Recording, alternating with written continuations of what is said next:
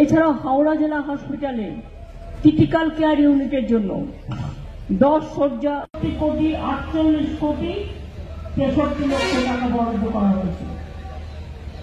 প্রতিটি ইউনিট এবং new born care Uluberia 15,62,00,000 টাকা। এছাড়াও অজস্র পানীয় জল প্রকল্প, গুরুত্বপূর্ণ রাস্তা, শিশু উদ্যান কমিটি হল সবকিছু করা হবে। এর অন্য মনে করি ধন ধান্যে পুষ্পে ভরা আমাদের এই বসুন্ধরা নবান্নে ঘেরা আপনাদের